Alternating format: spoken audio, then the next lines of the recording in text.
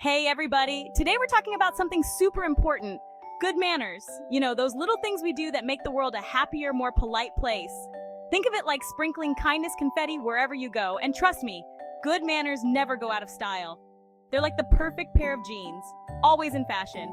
We're talking about saying please and thank you, holding doors open, and all those other little gestures that make a big difference. So get ready to laugh, learn, and maybe even spit out your coffee a little, hopefully not on your screen. We're about to dive into the wonderful world of good manners.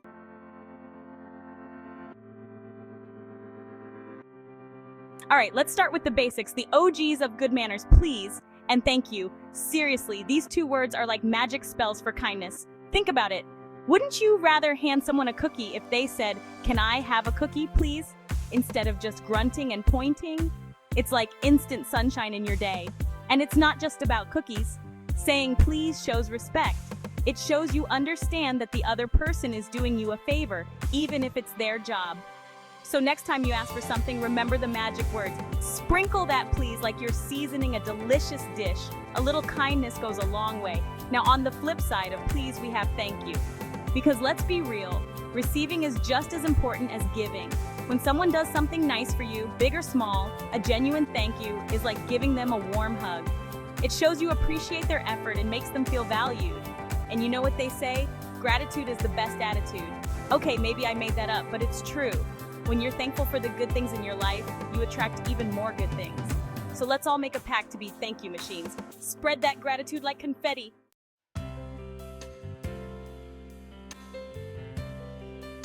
All right, let's talk doors, people. Not just any doors, but the magical portals that lead to good manners, holding doors open for others. It's like a secret handshake of kindness. Seriously, have you ever been rushing towards a door, arms full of groceries, and someone on the other side sees you and waits? It's like winning the lottery of small victories. And you know what? It feels just as good to be the door holder. It's a tiny gesture that takes zero effort but makes someone's day a little bit brighter. So next time you see someone coming towards a door, channel your inner superhero and hold it open. You'll be amazed at how good it feels to spread a little kindness. But hold on a minute, because this good manner goes beyond just physical doors. It's about being mindful and helpful in all aspects of life. Think about it. Offering to help someone with heavy bags, letting a car merge in front of you in traffic, or even just pausing a conversation to let someone else speak. It's all about holding the door open metaphorically. It's about seeing those little opportunities to make someone else's life a little bit easier and jumping on them. It's like being a kindness ninja. So remember, the next time you have a chance to hold a door for someone, whether it's literal or figurative, take it. You won't regret it.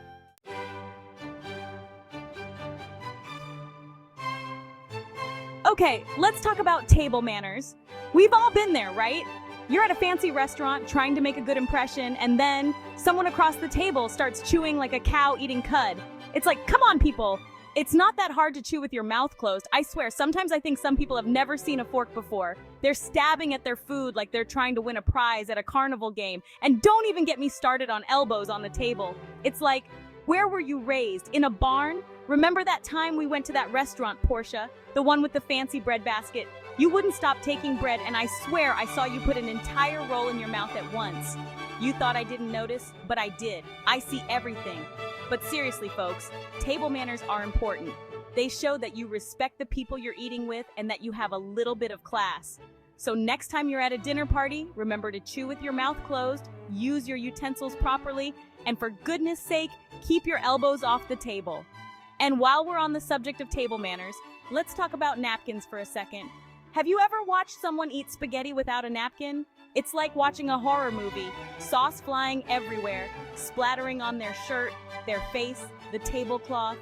Then there are the people who use their napkin as a handkerchief. I'm sorry, but your nose is not a dinner plate. Please, I beg of you, use a tissue for that. Here's a little napkin etiquette 101 for you. Place your napkin on your lap as soon as you sit down. Use it to dab your mouth, not wipe it. And if you need to get up during the meal, leave your napkin on your chair, not on the table. It's that simple.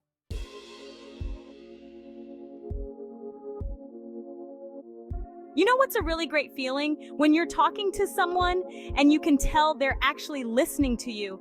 Like really listening, not just waiting for their turn to talk, but actually engaged in what you're saying.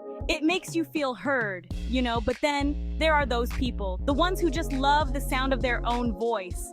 They'll interrupt you mid-sentence, even if you're telling the most fascinating story about, the time you met Oprah, which, by the way, was amazing. Seriously, interrupting is the ultimate conversation killer. It's like saying, I don't care what you have to say, I'm more important.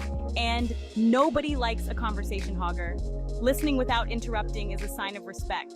It shows the other person that you value their thoughts and opinions. Plus, you might actually learn something. You never know what amazing stories people have to share if you just give them a chance to tell them. So next time you're having a conversation, try to be more mindful of your listening skills. Really focus on what the other person is saying and wait your turn to speak. You might be surprised at how much more enjoyable the conversation becomes when you're not just waiting for your chance to jump in. And who knows, you might even make a new friend. Because you know what they say, good things come to those who wait. Or maybe I just made that up. Either way, it's good advice.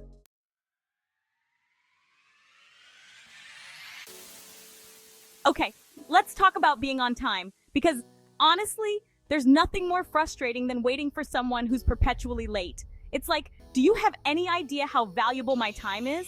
I could be at home, dancing with my cats, but instead, I'm stuck here waiting for you. And don't even try to give me that I'm just running a few minutes behind excuse. We all know that really means you're at least half an hour late.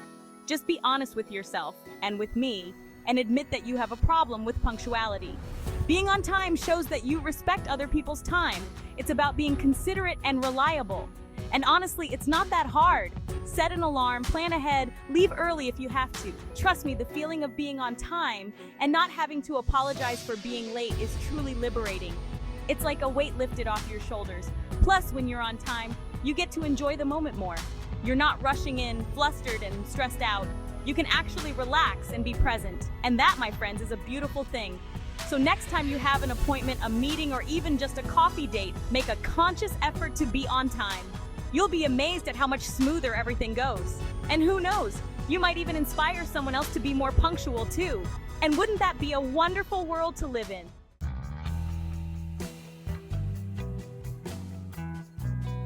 So imagine this, you're on a crowded bus, right? It's packed like a clown car at the circus. And this one person, they decide to stand right next to you. Like you can practically smell what they had for breakfast. Not cool, right? That's why respecting personal space is so important.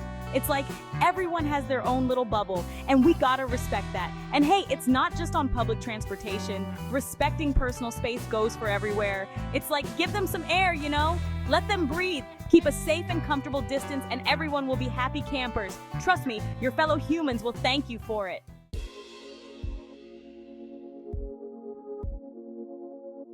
All right, let's talk about phones in public, people. We've all been there, right? You're stuck on a bus, in a waiting room, or even worse, at the dentist's office, and suddenly someone's personal business is blasting through the room like a rogue mariachi band.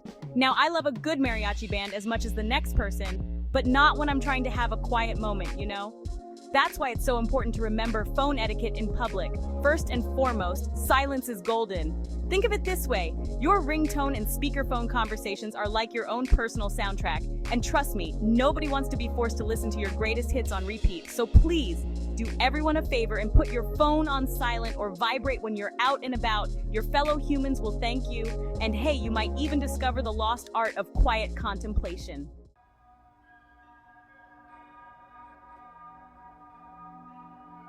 Life is full of little bumps in the road. Sometimes we spill our coffee, trip over our own feet, or accidentally tell someone we like their haircut when, let's be honest, it looks like a family of squirrels got into a fight on their head. Hey, it happens to the best of us. The important thing is to own up to our mistakes and apologize when we've done something wrong. Now, I know, apologizing can be tough. It's like swallowing a big, bitter pill. But you know what? That bitter pill can actually be good for you. Think of it like a magical apology elixir that clears the air and strengthens your relationships. Because let's be real, folks, nobody's perfect. We all mess up sometimes. The real test of character is how we handle those mess-ups. Do we get defensive and deflect blame? Or do we step up, take responsibility, and offer a genuine apology? Now, when I say genuine apology, I don't just mean throwing a quick sorry over your shoulder and calling it a day. No. A real heartfelt apology takes effort. It's about acknowledging that you made a mistake, you understand how it affected the other person, and you're truly sorry for the hurt you caused.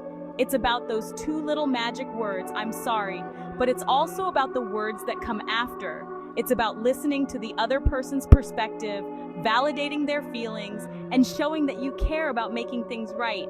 And you know what? Saying I'm sorry doesn't just make the other person feel better. It can actually make you feel better too. It's like a weight lifted off your shoulders. It's about clearing the air and moving forward. So the next time you find yourself in a situation where you need to apologize, take a deep breath, swallow your pride, and let those magic words work their wonders. You'll be surprised at how much good a little bit of sincerity can do.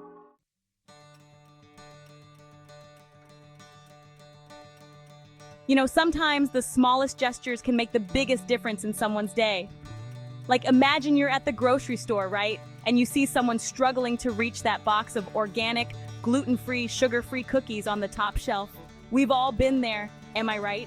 Reaching, stretching, feeling like you need to bring a stepladder just to grab your favorite snack. It's a real dilemma, people. So, instead of walking by, why not offer to help? It's such a simple act of kindness, but it can really brighten someone's day. Plus, you never know, that person you help might just be holding on to a winning lottery ticket. And if they are, hopefully they'll remember your good deed. But seriously, offering help isn't just about cookies and potential lottery wins. It's about showing compassion and being there for others, even in small ways. Think about it. Holding the door open for someone with their hands full, helping a tourist figure out directions, or even just offering a smile and a kind word. These are all ways we can make the world a kinder, gentler place. And the best part is, kindness is contagious. When you do something nice for someone, it not only makes them feel good, but it also inspires them to pay it forward. It's like a ripple effect of good vibes spreading throughout the world. We all have busy lives, I get it. Sometimes it feels like we're just rushing from one thing to the next, not paying attention to the people around us.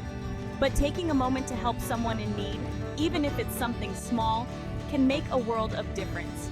So next time you see someone struggling, remember those organic, gluten-free, sugar-free cookies and be the person who reaches out a helping hand. Trust me, you'll feel good about it. And who knows, maybe you'll even get a cookie out of it.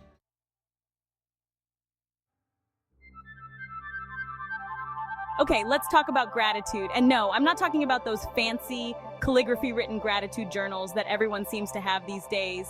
Although, hey, if that's your thing, more power to you. I'm talking about the simple act of saying thank you and really meaning it. It sounds so basic, right?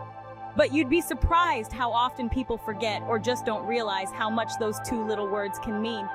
Think about a time when someone went out of their way for you, big or small. Maybe your friend picked up your dry cleaning, or your coworker grabbed you an extra shot of espresso, even though you already had like 3. Didn't it just make you feel all warm and fuzzy inside when they did that? Well, saying thank you is like giving that same feeling right back to them. It's like a little dose of appreciation that brightens everyone's day. And gratitude isn't just about saying the words. It's about really feeling it deep down. It's about appreciating the good things in your life, the people who make you smile, and even the everyday moments that we often take for granted. You know, like when your dog greets you at the door with a wagging tail, or when you find the perfect parking spot on a busy day. Those little things, yeah, those deserve a mental thank you too. Because when you focus on the good, it makes you appreciate all the amazing things you have in your life. And that, my friends, is a recipe for happiness. So go ahead, spread the gratitude. Say thank you to your barista, your bus driver, your mail carrier, your dog walker, anyone who makes your day a little bit brighter.